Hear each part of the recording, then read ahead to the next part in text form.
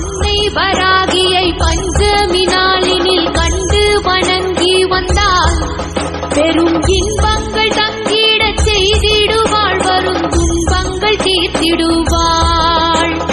சிங்கத்தின் மீதினில் வந்தருள் செய்திடும் சிந்துர வண்ணத்தினாள் அன்னை செங்கையில் சங்குடன் சக்கரம் கொண்டவள் விஷ்ணுவின் அம்சத்தினாள்.